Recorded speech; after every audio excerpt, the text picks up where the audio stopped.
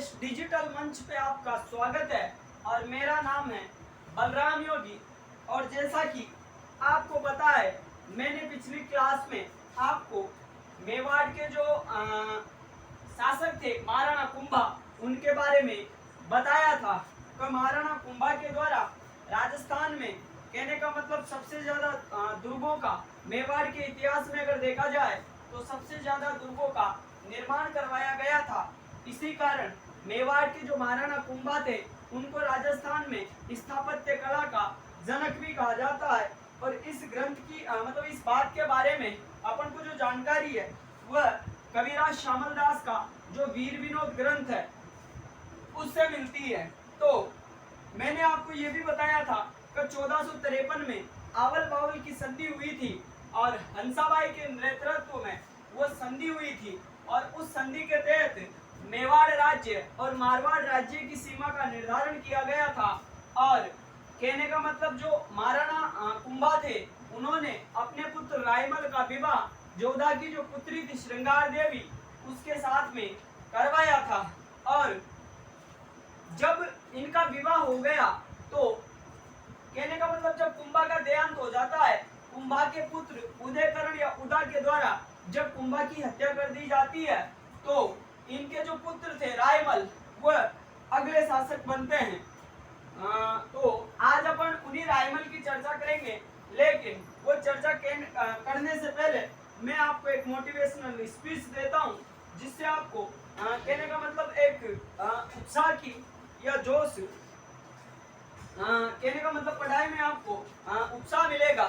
तो उलझने बढ़ती गई, मैं झेलता रहा, वक्त ने मैदान में उतारा, मैं खेलता रहा, लोग कहने लगे तू पागल हो जाएगा, मैं सुनता रहा, लोगों की बातों को मन में दबाए अपने सपने बुनता रहा। लेकिन कैसे बताऊं इन लोगों को कि जब वक्त बदलेगा तो मैं नहीं, मेरा विश्वास बदलेगा, फिर ये पागल इन लोगों को नहीं, पूरा इतिहास बदलेगा, पूरा इतिहास बदलेगा।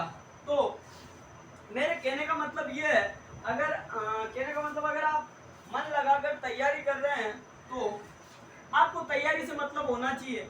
कोई क्या बोलता है, किसके बारे में बोलता है, उससे आपको कोई मतलब नहीं होना चाहिए। तो अब अपन अपनी इस क्लास की शुरुआत करते हैं। तो आज अपन को पढ़ना किसके बारे में है? कुंभा के पुत्र रायमल के बारे में। रायमल पढ़ना किसके बारे में? मेवाड़ के शासक रायमल के बारे में। तो इनके समय में क्या होता है, इनकी रानी श्रृंगार, इनकी रानी श्रृंगार देवी द्वारा चित्तौड़ में, इनकी रानी श्रृंगार देवी द्वारा चित्तौड़ में घोसुंडी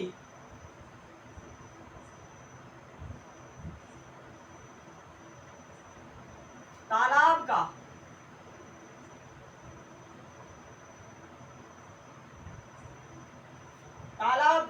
निर्माण करवाया गया।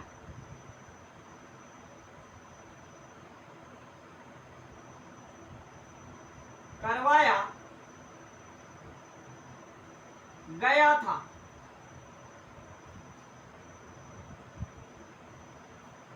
मैंने क्या बताया है आपको, रायमल की जो रानी थी श्रृंगार देवी, जो जोधा की पुत्री थी, इसके द्वारा चित्तौड़गढ़ में या चित्तौड़ में घोसुंडी तालाब का निर्माण भी करवाया गया था। अब अगर चित्तौड़गढ़ की बात आती है तो अपन एक वेरी वेरी इंपॉर्टेंट प्रश्न की भी बात करते हैं, क्योंकि अमूमन ये देखा गया है कि लगभग ऐसा कोई भी एग्जाम नहीं है जिसमें अब जो मैं लिखने जा रहा हूँ वो प्रश्न नहीं पूछा गया है। तो आप उसको विशेष रूप से ध्यान रखना। यहीं से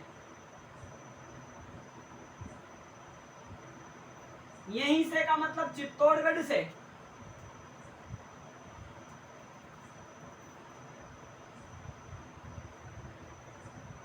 यहीं से हमें घोसुंडी शिलालेख, यहीं से हमें घोसुंडी शिलालेख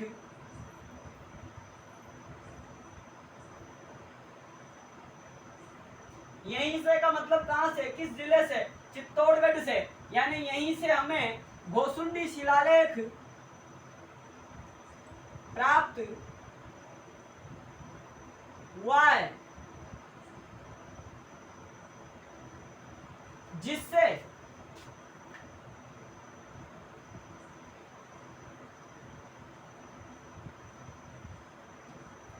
भागवत धर्म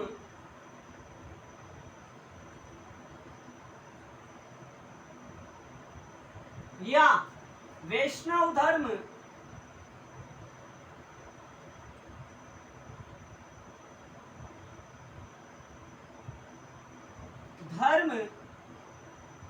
के बारे में जानकारी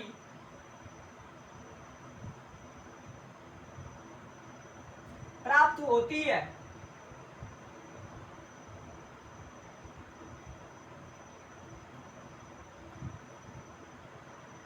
क्या बता रहा हूं मैं आपको, कई चित्तौड़गढ़ जिले से अपन को कौन सा शिलालेख प्राप्त हुआ है, घोसुंडी शिलालेख प्राप्त हुआ है। और इस घोसुंडी शिलालेख से भागवत धर्म या वैष्णव धर्म के बारे में अपन को जानकारी प्राप्त होती है।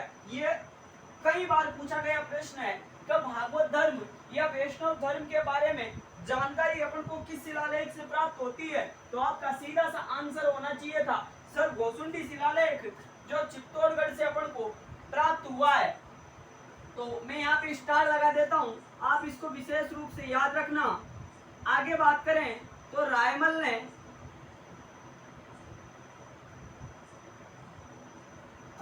ने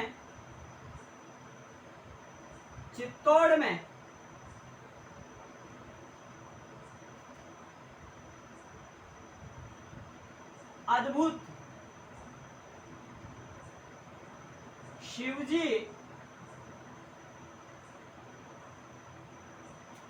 अद्भुत शिवजी के मंदिर का निर्माण करवाया था।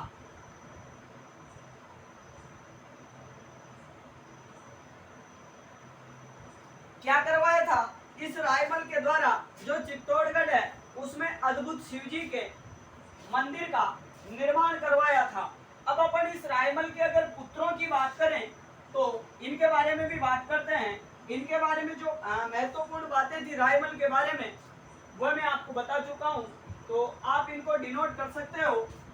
अब अपन रायमल के पुत्रों के बारे में बात करते हैं तो किस प्रकार रायमल के जो पुत्र थे वो आगे चलकर शासक बनते हैं। तो मैं अब आपको रायमल के पुत्रों के बारे में बताता हूं। तो जैसे मैं यहाँ पे लिखूं शासक कौन, रायमल। और रायमल के 3 पुत्र थे। एक पुत्र का नाम था पृथ्वी राज सिसोदिया,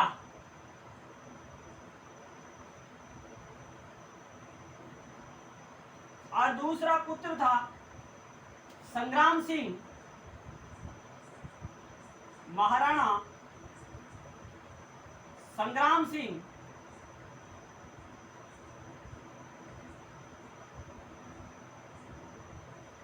और तीसरे पुत्र का अगर नाम की बात करें तो तीसरे पुत्र का नाम था जयमल।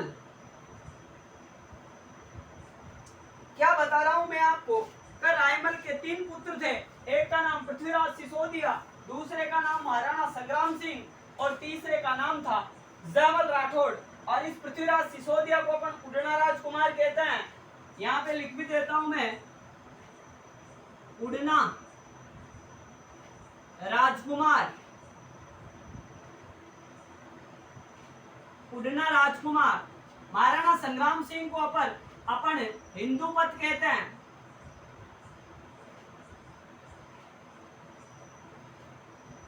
हिंदू पद और जयमल राठौड़ की अपन फिर बाद में चर्चा करेंगे।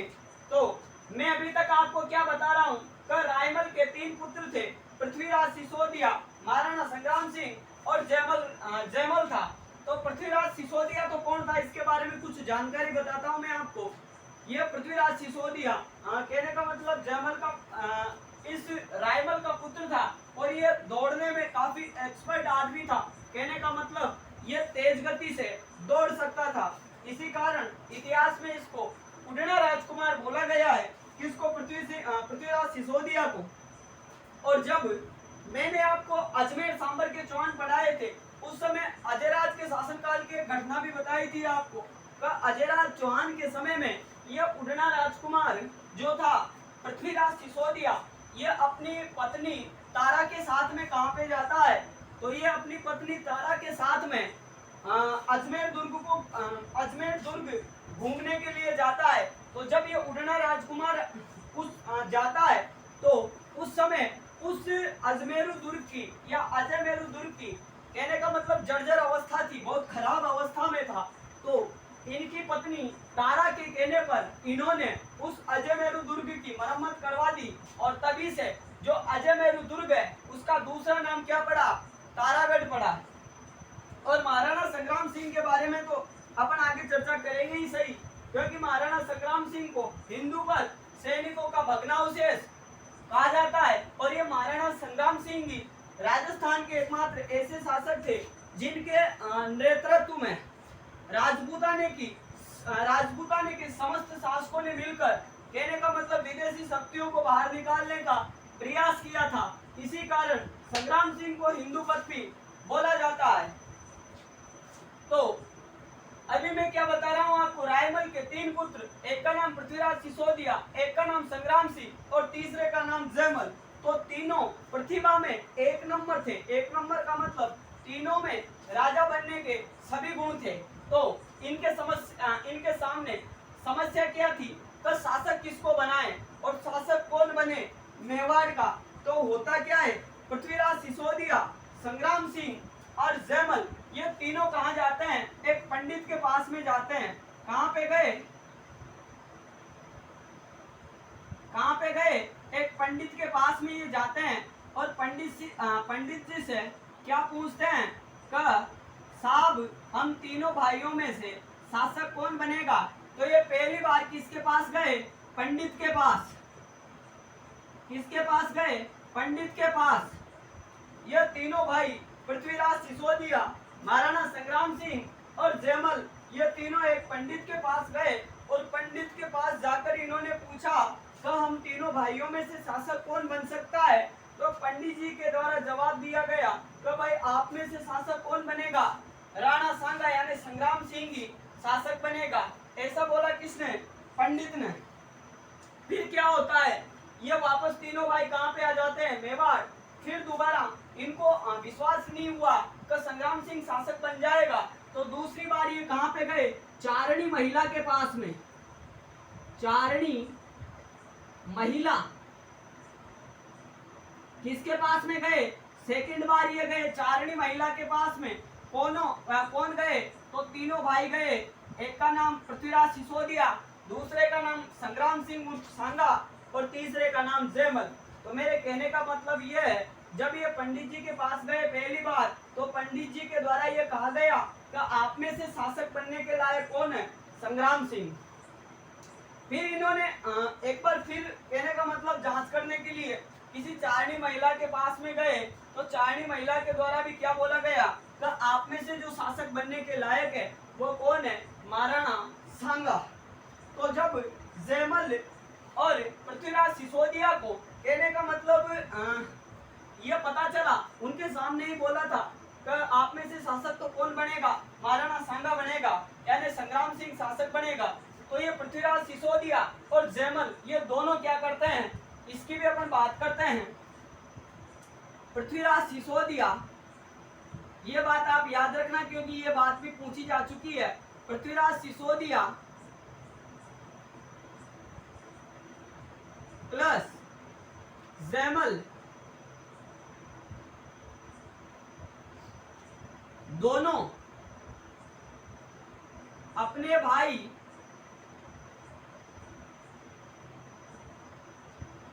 संग्राम सिंह पर आक्रमण करते हैं, तब संग्राम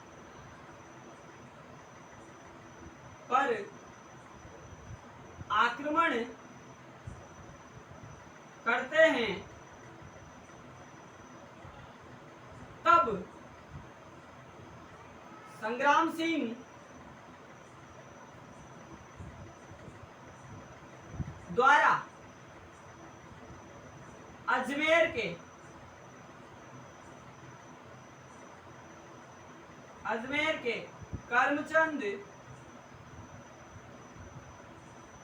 पंवार के यहाँ शरण ली जाती है।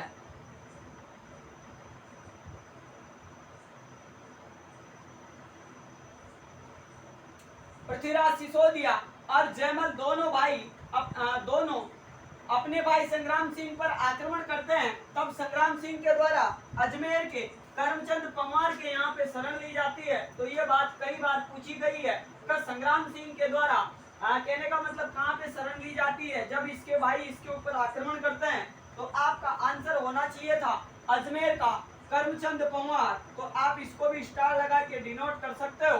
तो अपन एक बार फिर चर्चा करते हैं। तो और मैं आपको ये बता ही चुका हूँ कि शासक कौन बनेगा, संग्राम सिंह, क्योंकि पंडित जी और चारनी महिला के द्वारा ये बताया जा चुका था कि आप तीनों भाइयों में से शासक कौन बनेगा, संग्राम सिंह उर्फ सांगा। तो एक बार फिर अपन चर्चा करते हैं, फिर अपन पढ़ेंगे संग्राम सिंह के बारे में। तो रायमल इनकी रानी श्रृंगार देवी के द्वारा चित्तौड़ में भोसुंडी तालाब का निर्माण भी करवाया गया था। और राजस्थान के चित्तौड़गढ़ जिले से अपन को भोसुंडी शिलालेख प्राप्त हुआ है, जो प्राचीन भागवत धर्म या वैष्णव धर्म के बारे में अपन को जानकारी प्रदान करता है। और इसी रायमल के द्वारा चित्तौड़ में अद्भुत शिवजी के मंदिर का निर्माण भी करवाया गया था। अब इस रायमल के 3 पुत्र थे। एक का नाम पृथ्वीराज सिसोदिया, जिसको उड़ना राजकुमार, दूसरे का नाम संग्राम सिंह, जिनको हिंदूवर, और तीसरे का नाम था जयमल।